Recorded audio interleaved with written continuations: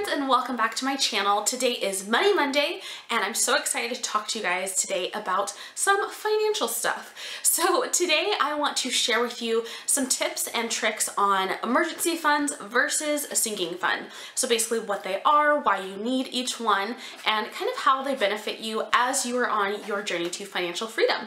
So let's go ahead and get started. All right, friends, so I feel like these are some questions that I've gotten pretty often throughout my time as sharing our finances and just our financial journey. And there are two things that I think need a little bit of clarification and can also just be beneficial to have more information as you're getting started with following Dave Ramsey or just getting started on your financial journey, because they can be a little bit tricky to kind of get figured out. So what we're talking about today is your emergency fund versus sinking funds. Now, when my husband and I got started, I had no idea what sinking funds were. We had never heard of them. We really kind of stumbled upon them and started to put them into place after listening to Dave Ramsey and really just getting some more information and covering, I think, really more than what we needed to at the beginning of our journey. So basically, if you follow Dave Ramsey's baby steps, baby step number one is to put away a $1,000 emergency fund. And that is really your starter emergency fund. So that is really meant to cover your, life in case anything unexpected comes up. Now, an emergency is something that is unexpected and that is unavoidable. So it's something that you couldn't have planned for, you couldn't have budgeted for it, and it's something that is unavoidable. It's a necessity. You have to take care of it. It's not something that you can just kind of blow off and say, oh, I'll tackle that in 2 weeks once we get paid or once this bonus comes in, because then I'll have more money. So for instance, a great example of an emergency that you would use your emergency fund for would be blowing out a tire on your way to work. You can't just let that go. Like, you need to get to work, you need a means of transportation, and you need to get that covered, get that repaired immediately. So you would go ahead and use your emergency fund for that. However, something like an oil change is not an emergency. That's something that is scheduled. It needs to be scheduled routine maintenance on your vehicle because it's part of driving a vehicle. It's part of just maintaining it and making sure that it will continue to run for you. So an oil change is something that you'd put into a sinking fund, whereas a tire going out as you're driving to work on the freeway on a Monday morning is something that you could cover your emergency fund with. So a sinking fund is really meant for something that's infrequent expense that is going to come up, something that you don't necessarily know when you'll need it, but you know that you will need to pay for it at some point, or something that is just kind of like an irregular expense. So for instance, we take our dog to the groomer. That's not something that we take her to every month, but it's usually every 2 to 3 months. And so instead of having a line item in our budget for that every single month, we put a little bit into a sinking fund every month.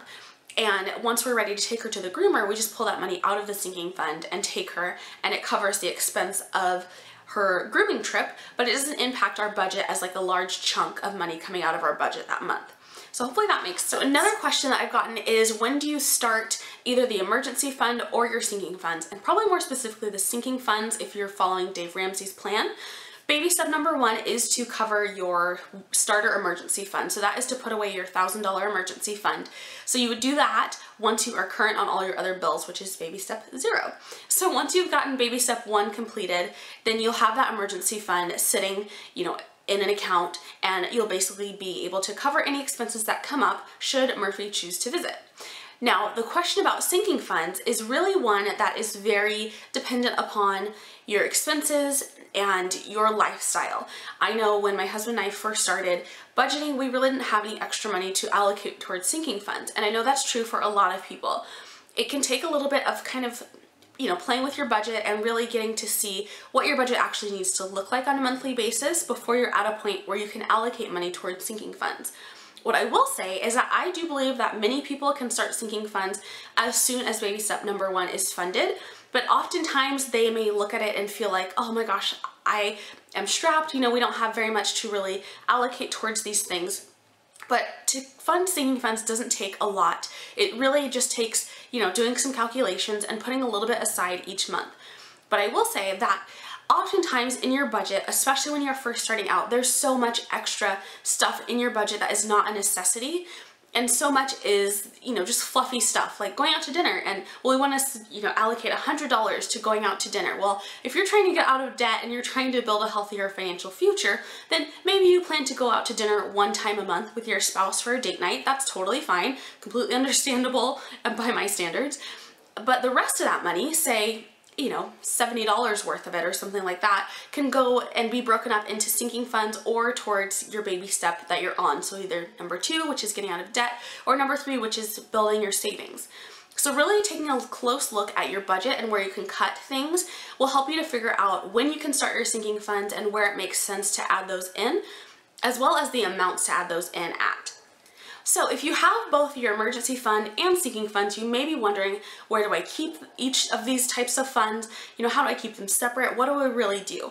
Honestly, my husband and I have done a lot of different things. We started out with our emergency fund in our like savings account that was connected to our checking account, just because we were, you know, at that point where we didn't have a lot of extra to really play around with in our budget. So if something happened and we needed to really fund an emergency quickly and easily, we could easily pull that money over from our savings account and cover that emergency.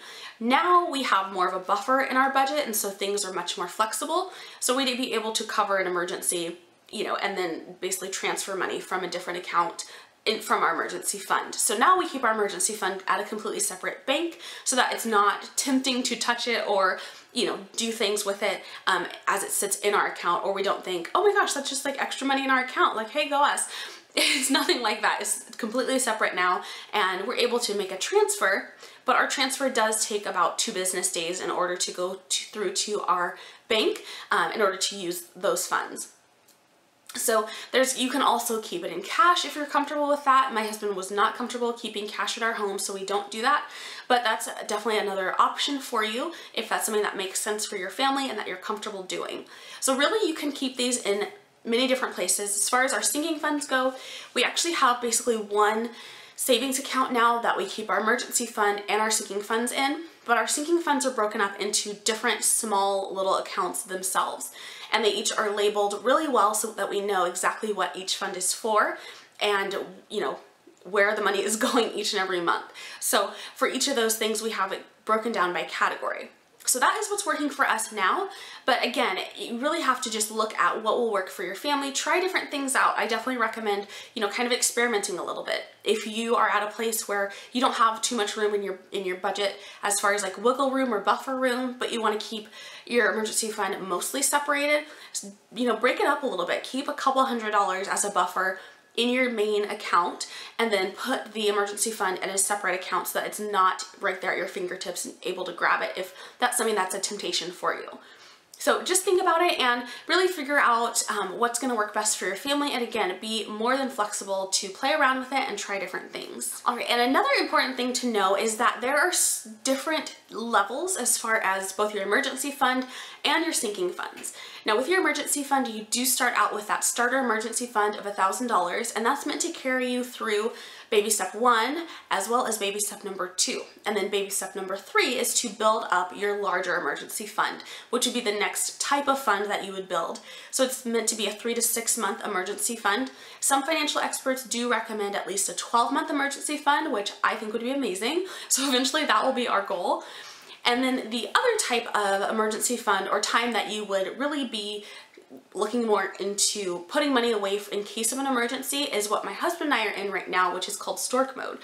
So making sure that we have that money set aside specifically for our baby's delivery and our hospital bills and things like that pertaining to our little one arriving is really, really important. And so that's the phase of kind of like emergency fund, if you would, that we're in right now. We're just putting that money aside and letting it kind of live by itself for now. So your emergency fund does grow and does change, and it really depends on the season of life that you're in and which baby step you're on. And the same is true for your sinking funds. They definitely grow and change with you.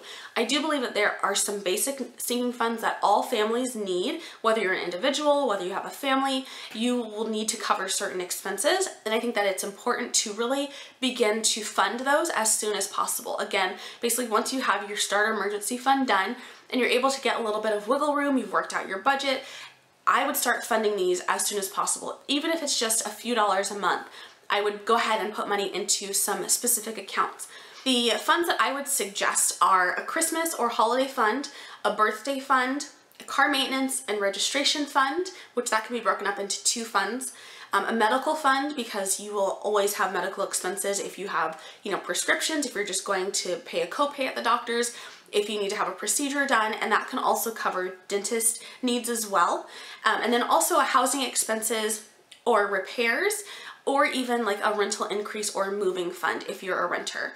So what my husband and I have done in the past is when we knew that our lease would need to be renewed, we created a rent increase fund, and that helped us to kind of give a buffer between the old rent that we were paying and the new price that we would need to pay each month. It really allowed us to have that money pretty much set aside each month for basically the next few months of our new lease in order for us to really adjust our budget to the new pricing that we were expecting. So that's something that to think about, if you're planning on renting for a while, if you're planning on moving at some point, start a little moving fund. It only takes a few $100s, so it's something that you can definitely schedule out and break up into different chunks. But it's something that is so helpful so that when it does come time to move, it's not an extra expense in that month, because moving is really expensive.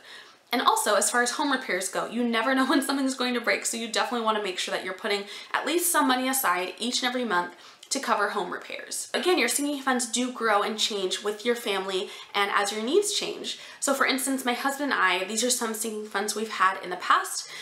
We have a baby fund right now, which we've had for about the past year. We also have had a wedding fund. We had a wedding fund for all of 2017 because we were in several weddings, and so we wanted to make sure that we had enough for gifts and for going out to do like little, outings with the couple, and just different things to cover our attire for the weddings and all of that stuff. But a new car fund is something that's great to really start to put aside and to plan some money for as well, because you'll eventually need to replace the car. So even if it's something small that you start out with, just to put some money aside each and every month to really be planning for that and to be thinking ahead so that you don't get into a place where you need to finance something. So again, these sinking funds are really to kind of give you peace of mind and to start to plan ahead and to protect your future self, I think, really for the expenses that you have coming up that may not necessarily be frequent expenses or things that you pay every single month, but things that definitely do come up in your life. So I hope this video has been helpful, you guys. I would love to know what your #1 sinking fund category is. So let me know in a comment down below, and I think it'd be really interesting to see kind of what people most depend on and are most thankful for as far as a sinking fund. If you haven't started sinking funds and you have additional questions, definitely let me know and I'd be more than happy to answer them. Thank you all so much for watching, and I'll talk to you soon. Have a great day.